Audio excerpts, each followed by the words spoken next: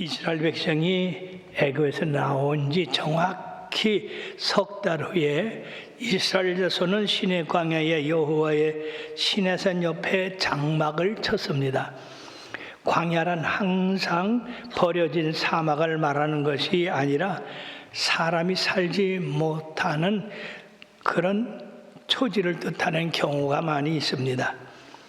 시내산의 위치가 정확히 어디인지는 모르나 전통적으로 시내반도의 남쪽에 위치한 제벌 무사라고 하는 장소와 동일시하고 있습니다. 이 산은 하나님이 불붙는 떨기나무 가운데서 모세에게 나타난 호렙산이라고도 불리는 바로 그 하나님의 산을 의미하고 있습니다. 출애굽기 19장 1절에서 민수기 10장 10절까지는 그 기록된 말씀들이 이 시내산 이곳에서 일어난 일들입니다. 이스라엘 백성은 시내산에서 11월 6일까지 있었습니다. 여행 첫째 3월 15일에 도착해서 제2년 2월 20일에 머물렀는데 그 후에 이제 광야 생활을 하게 됐습니다. 거기서 모세는 율법과 구속받은 백성이 지켜야 할 많은 예배 규정들을 하나님으로부터 받았습니다. 오늘 첫 번째 이스라엘 백성과의 계약에 관한 것입니다.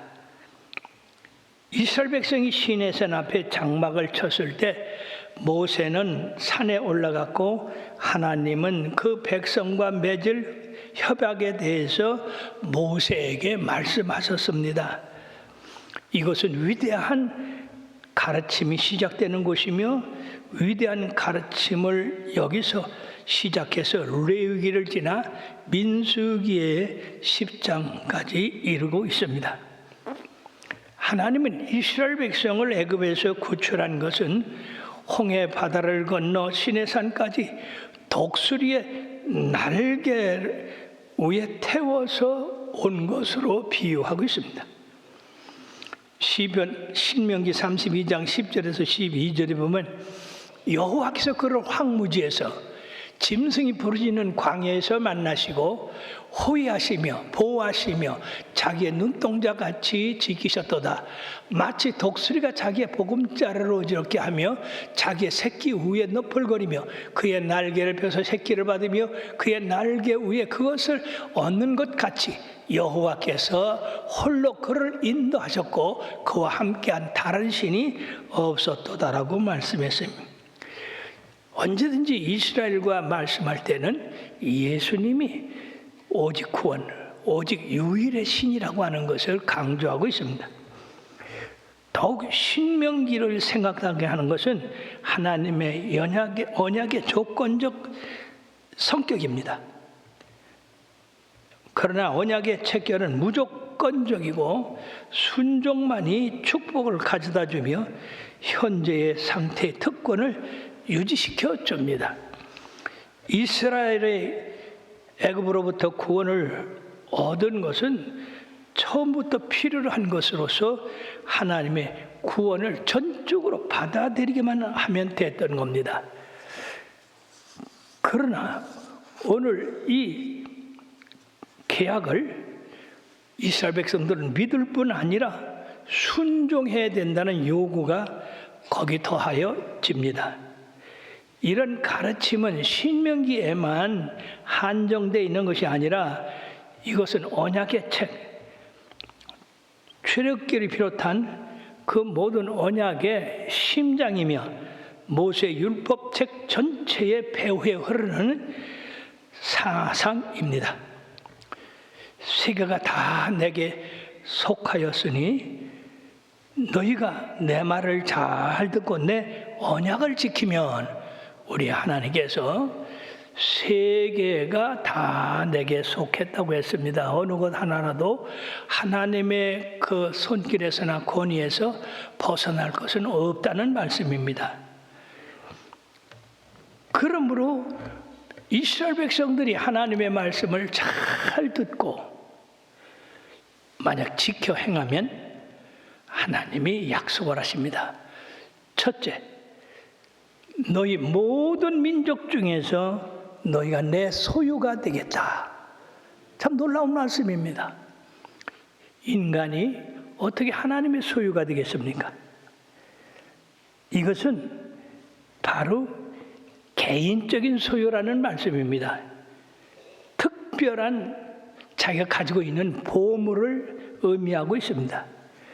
그러므로 하나님의 소유가 된다면 하나님이 가장 귀하게 여길 것이고 보호할 것이고 특별한 관계가 유지될 것입니다. 이러한 사실상 이것은 완전한 유일신노를 선포하는 그런 후반전을 두고 있는 말씀입니다. 즉 하나님께서 많은 민족 중에 뽑아냈다는 얘기죠. 내 것으로 삼았다는 의미입니다. 그러므로 이사야서 43장 21절에도 이 백성은 내가 나를 위하여 지었나니 바로 나로 찬송을 얻게 하려 함이라고 말씀했습니다. 이 개인의 소유가 된다는 것. 80년대에 이 충북 지방에 큰 홍수가 났습니다. 그때 남쪽에 소를 기르는 그 목장주에 그 소가 40여 마리가 있었는데 이것이 홍수에 다 떠내려갔어요. 그래 거기 남은 것은 얼마 없는데 그 소가 그 홍수에 막 떠내려가서 죽은 것도 있고 그리고 홍수 헤엄쳐서 가는 것도 있는데 세상에 강시라고 하는 이 목장수가 그 홍수에 뛰어들었어요. 사람들이 그렇게 말리고 가족이 말리고 했는데도 홍수에 뛰어들어가서 떠내려가는 자기 소 7마리를 구해냈습니다. 나중에 제가 그 강씨라고 하는 사장을 만나서 아니 어떻게 그 홍수에 큰 바위도 떠내려가고 집채도 떠내려가고 하는 가운데 어떻게 뛰어들어가서 그런 용감한 짓을 했습니까? 그랬더니 간단해요. 내 소유라. 내 것이기 때문에 목숨을 걸은 거예요. 이와 같이 자기 소유가 된다고 하는 것은 바로 목숨을 거는 일이라고 하는 겁니다. 너희가 내 말을 잘 듣고 그 말씀대로 행하면 내 소유가 되겠다.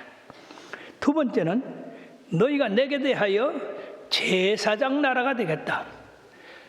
이 구절은 이사야서 61장 6절 말씀에 오직 너희는 여호와의 제사장이라 일컬음을 받을 것이라 사람들이 너희를 우리 하나님의 봉사자라 할 것이니 너희가 이방 나라들의 재물을 먹으며 그들의 영광을 얻어 자랑할 것이라.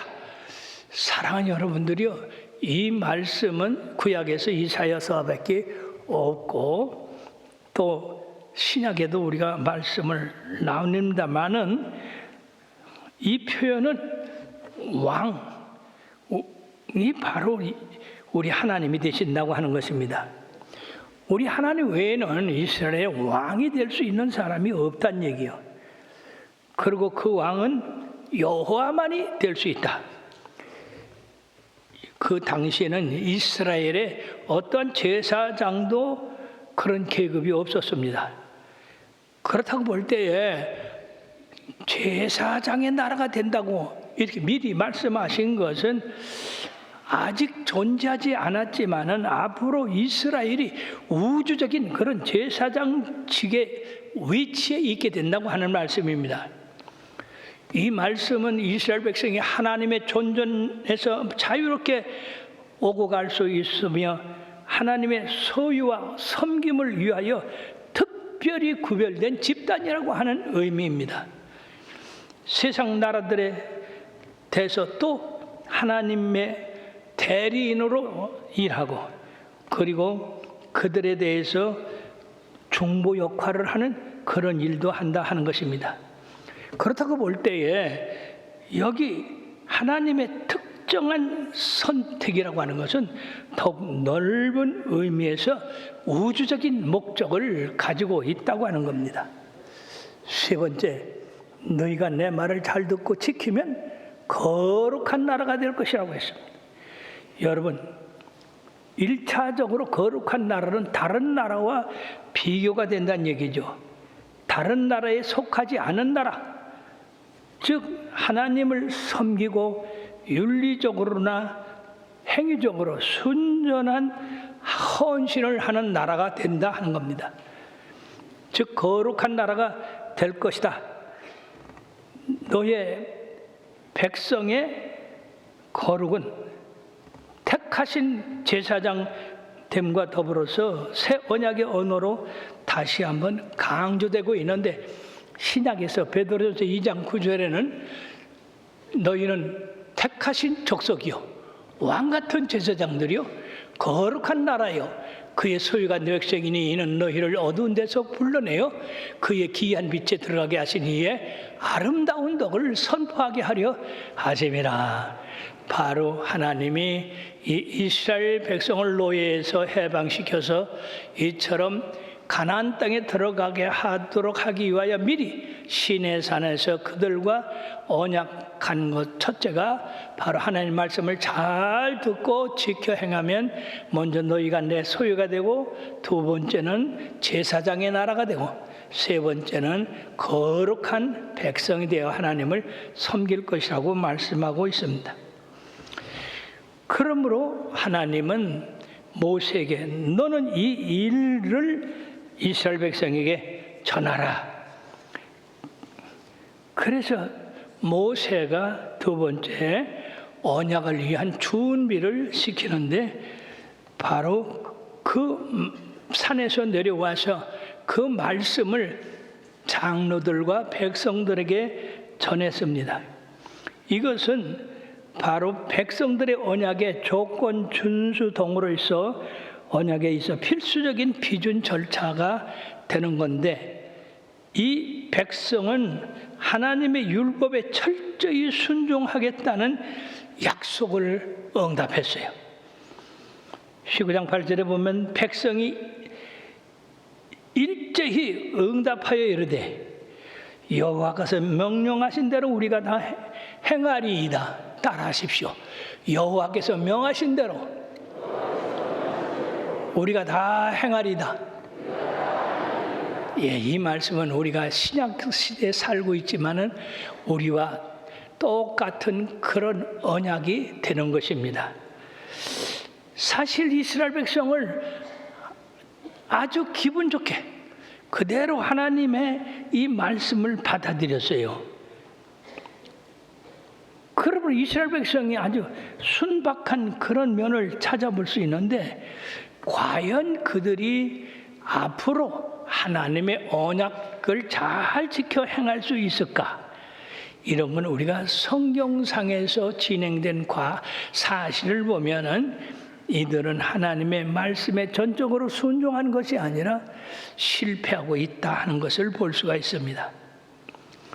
그러므로 이들이 겁도 없이 하나님의 말씀하신 대로 다 지키겠나이다라고 한 그거에 대해서 우리가 걱정하지 않을 수가 없는데, 바로 얼마 가지 안에서 이스라엘 백성들이 모세가 하나님 만나러 시내산으로 올라갔을 때에 금송아지 만든 사건을 봐도 그 사람들은 하나님과의 약속을 지키지 못하고 있었다고 하는 겁니다. 그뿐만이 아닙니다. 그 후에 여호수아가 그 백성을 데리고 가나안 땅을 점령했을 때에 여호수아가 마지막 그 백성들을 모아놓고 나와 내 집은 영원히 여호와를 섬기겠는데 너희들은 어떻게 하겠느냐? 그럴 때 그 장로들과 모든 분들이 우리도 여호와 하나님을 섬기겠다고 그랬습니다. 그런데 그 후에 사사기로 넘어가 보면 그들은 여호수아나 장로들이 다 죽고 없으니까 자기 존대로 행했다고 그랬어요. 자기 존대로 우상을 섬기고 행했어요. 이게 얼마나 안타까운 일입니까? 그러면 신약에 와서도 우리들이 믿음이 좋은 베드로를 봅시다. 주님께서 오늘 밤에 다 나를 버릴 것이다. 나를 떠날 것이라. 근데 베드로는 아닙니다. 내가 주님을 떠나지 않겠습니다. 네가 오늘 밤 3번 나를 부인하리라. 아이고, 주님을 부인하다니요? 내가 죽으면 죽어도 주님을 부인하지 않겠나이다. 주님께서 말씀하셨죠. 닭이 3번 울기 전에 네가 나를 부인하리라. 불과 12시간도 가기 전에 이 베드로는 자기가 말씀한 걸 까마득하게 잊어버리고 가야바의 뜰에서 신문 받는 이 주님을 바라보면서 그들이 너도 예수당이지, 너도 예수 믿는 사람 중에 하나지. 그랬을 때에 어린 계집종 앞에서 3번이나 예수님을 모른다고 부인했습니다. 나는 예수를 알지 못해. 네가 말하는 것이 무슨 뜻인지 알지 못해. 여러분, 있을 수 없는 일이 벌어졌습니다. 그때 닭이 3번 울었어요. 그때서야 바로 몇 시간 전에 예수님께서 말씀하신 것이 기억나서 밖에 나가서 심히 통곡하고 울고 회개했던 겁니다. 우리 하나님께서는 우리들이 이렇게 연약해서 늘 하나님을 배반하고 약속한 약속을 지키지 못하는 것을 하나님이 아시지만은, 그러나 그때마다 우리 하나님이 용서하시고 도리어 그것을 회개하게 하고 더 굳건히 주님을 섬기는 계기를 삼아서 선한 대로 인도하시는 것을 볼 때 우리 하나님은 얼마나 좋으신 하나님이시냐. 좋으신 하나님, 좋으신 하나님, 참 좋으신 나의 하나님,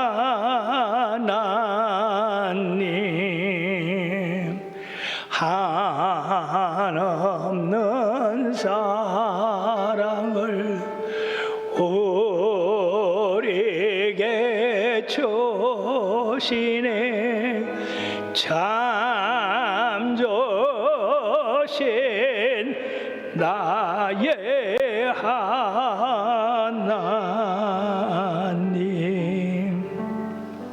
이런 실패를 통해서 우리가 얼마나 연약한 존재이며 우리가 하나님 앞에 약속한 그 약속을 지키지 못하는 그런 비겁한 사람이라는 것을 깨닫고 하나님 앞에 회개하고 반성하고, 그럼으로써 더 전에보다도 믿음이 돈독한 그런 신앙에 들어가게 하시는 우리 하나님의 놀라운 섭리를 볼 때 참으로 아름답고 좋은 하나님이다 하는 것입니다. 그러므로 이 시편 51편 10절에도 다윗은 다 같이요, 하나님이여 내 속에 정한 마음을 창조하시고 내 안에 정직한 영을 새롭게 하소서. 하나님 마음에 합한 자라도 이렇게 실수하고 범죄하고 그러므로 말미암아 하나님을 떠난 적이 있으므로 그는 심히 통곡하면서 하나님, 내 뜻, 내 마음대로는 하나님 잘 섬길 수가 없습니다. 그러니까 내 마음에 새로운 마음을 창조하셔서 새로운 영으로 우리 하나님을 섬기게 해달라고 그랬습니다. 그리고 사랑하는 여러분들이, 우리가 신앙생활하는데 이러한 이스라엘 백성들의 실수나 허물, 그리고 훌륭한 그런 위대한 영웅들의 실수나 허물, 이런 것이 있다 할지라도 아이고 내가 나를 봐도 비겁하다, 그러니까 나는 예수 믿을 자격이 없다, 그러고 떠나지 마시고 그 자리에서 회개하고 울며 하나님 앞에 매달리고 용서를 받아서 다시 힘을 얻고 용기를 얻고 믿음을 얻어 전진하는 여러분들 되기를 주의 이름으로 축원합니다. 만약 우리 하나님이 우리를 용서하지 아니하시고 새롭게 하지 않았다면 우리는 하나님을 섬길 수가 없습니다. 자, 그럼으로써 모세를 통해서 이제 언약의 예비를 하게 됩니다. 하나님은 백성들이 해야 할 그 준비는 부정한 것에서 자신을 구별하고 하나님 대해서 성결하라고 명령하십니다. 3일간 성결 예식에는 옷을 빨고 남녀관계의 중단을 포함하고 있습니다. 또한 3일 동안에는 어떤 사람도 하나님께서 지정한 그 지정 장소를 넘어서 하나님 앞에 가까이 오는 일이 없게 하기를 주의하라고 했습니다. 왜냐하면 그렇지 않으면 하나님의 그 살이 그들을 죽일 것이기 때문에 그 산을 범하지 말라고 그렇게 말씀했어요. 이러한 용의 주도한 준비는 막 지금 일어나라고 하는 사건의 중요성을 강조하고 있다는 것입니다. 이방신들은 대개 산에 살고 있지만은 이스라엘 백성의 하나님은 하늘에서 산으로 내려오셔서 당신의 백성과 함께 담화하고 계십니다. 양의 나팔을 불어 호출할 때에 백성들은 산으로 올라갈 수가 있었습니다. 그 외에는 지정한 장소 외에는 올라갈 수가 없습니다. 나팔은 수양의 뿔로서 이것을 부는 것이 나중에 이스라엘에서는 절기의 시작을 알리는 신호가 되었을 뿐 아니라 여기서는 하나님의 강림을 알리는 신호가 됐다는 겁니다. 그런데 이후에 계시록에 보면 또 하나님의 나팔 소리가 강하게 불러지는데 그때는 심판의 나팔이 됩니다. 사랑하는 여러분들이요, 같은 나팔이라도 이렇게 그 시기와 그 내용에 따라서 틀려질 수도 있는 것입니다. 주께서 호령과 천사장의 소리와 하나님의 나팔로 친히 강림하신다고 했을 때에 믿는 사람들은 구원을 받는 계기가 되지만 믿지 않은 사람들은 심판을 받는 시간이 될 것입니다. 그러므로 여러분들이요, 평상시에 예수 잘 믿게 되길 바랍니다. 세 번째, 신의 산에 강림하신 여호와의 그 위엄과 모습을 우리들이 볼 수 있습니다. 예비하고 기다리던 3일 후에 하늘의 하나님이 권능과 위엄을 과시하면서 신의 산에 강림하셨는데 이는 하나님의 거룩성과 경이로움을 드러내시고 백성들이 산기슭에 섰을 때에 이 모습을 보고 다 벌벌 떨었습니다. 백성들이 본 건 뭐냐?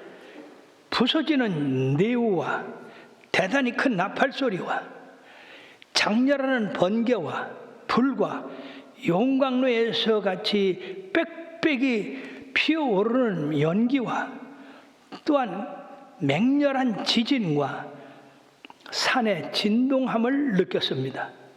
검은 연기 구름 때문에 하늘이 흑암으로 덮였고 출애굽기 24장 15절 18절에 보면은 모세가 산에 이름에 구름이 산을 가리며 여호와의 영광이 신의 산 위에 머무르고 구름이 엿새 동안 산을 가리더니 일곱째 날에 여호와께서 구름 가운데서 모세를 부르시니라.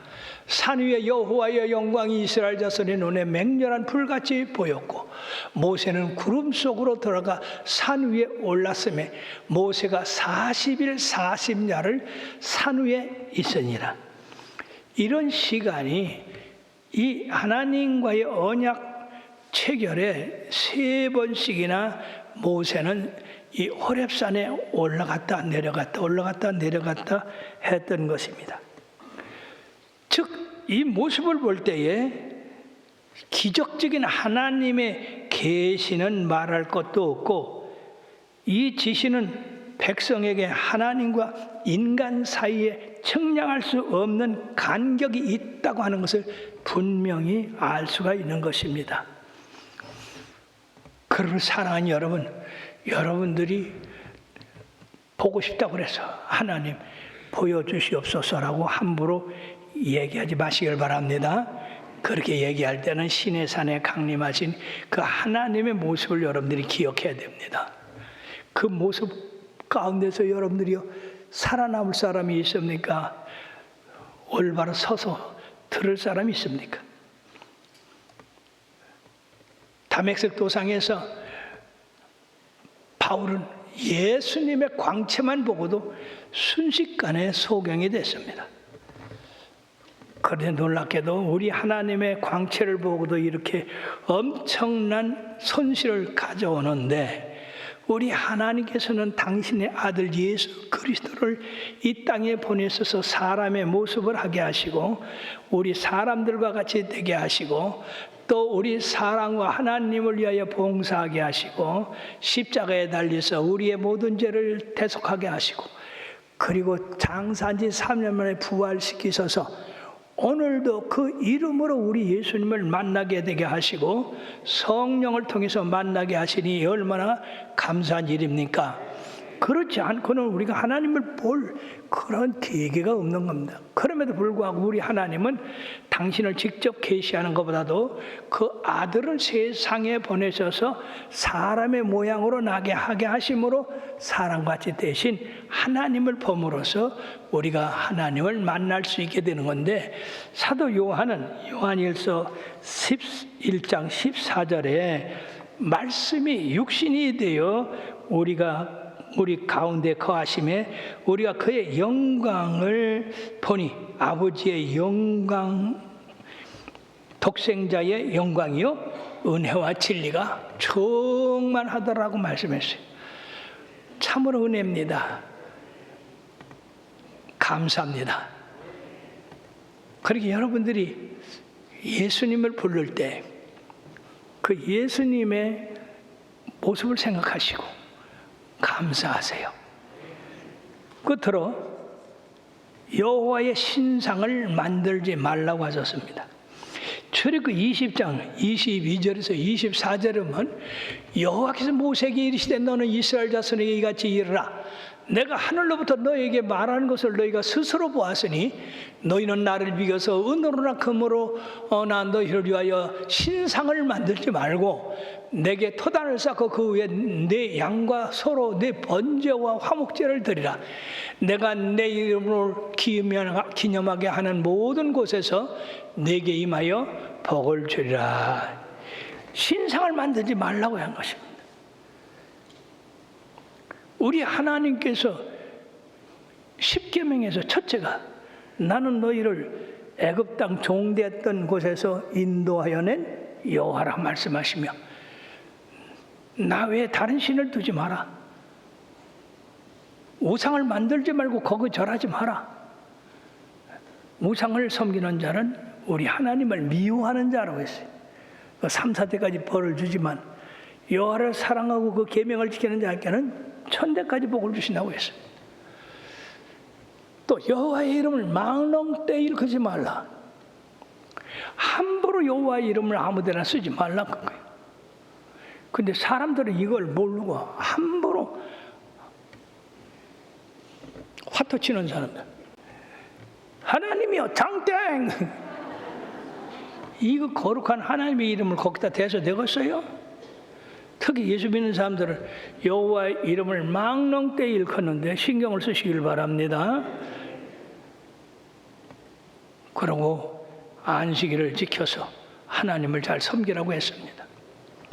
사랑하는 여러분들이요, 그러므로 이 놀라운 광경을 본 이스라엘 백성들이 그 후에 하나님의 형상을 만들어서 섬기기 위해서 송아지를 형상을 만든다든지 뱀의 형상을 만든다든지 뭐 세상에 뭐를 만들어서 이렇게 섬기는 일이 있게 될까 봐 미리 하나님께서 너희들이 나를 봤으니 어떤 형상으로 내가 너희들한테 나타났느냐?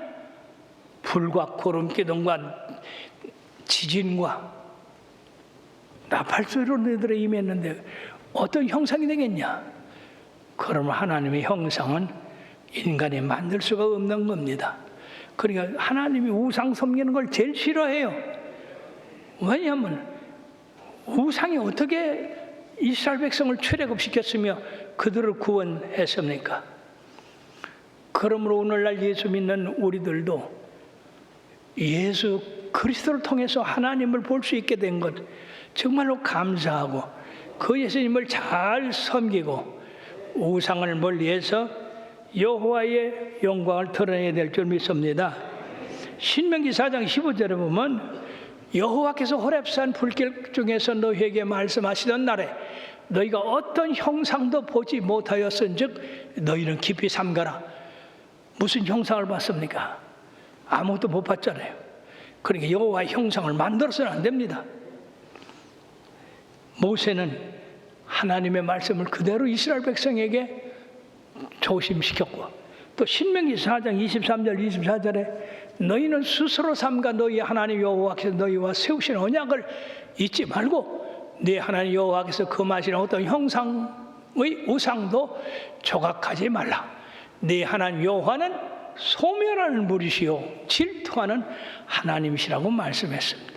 사랑하는 여러분들이요, 이 말씀을 잘 지켜서 우리가 하나님의 율법을 잘 듣고 지켜 행함으로 말미암아 바로 우리들이 하나님의 말씀을 잘 듣고 지켜 행하면 너는 하나님의 소유가 된다. 얼마나 놀라운 일이에요? 소유가 된다는 건 하나님이 지키고 보호하시고 인도하시고 형통케 하신다는 말씀이에요. 뿐만 아니라 그렇게 하면 너희가 세상에서의 제사장의 나라가 될 것이다. 하나님을 세상에 소개하고 그리고 그들에게 하나님의 영광을 드러내게 하는 제사장의 나라. 얼마나 놀라운 말씀이요. 그리고 거룩한 백성, 세상 사람과 다른 그런 신령한 사람이 되어서 하나님을 섬기게 된다는 얘기입니다.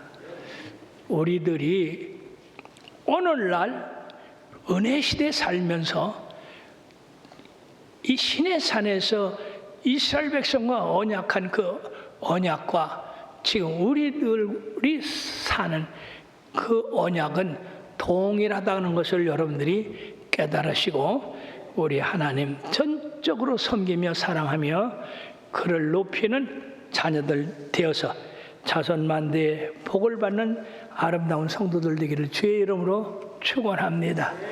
기도하시겠습니다.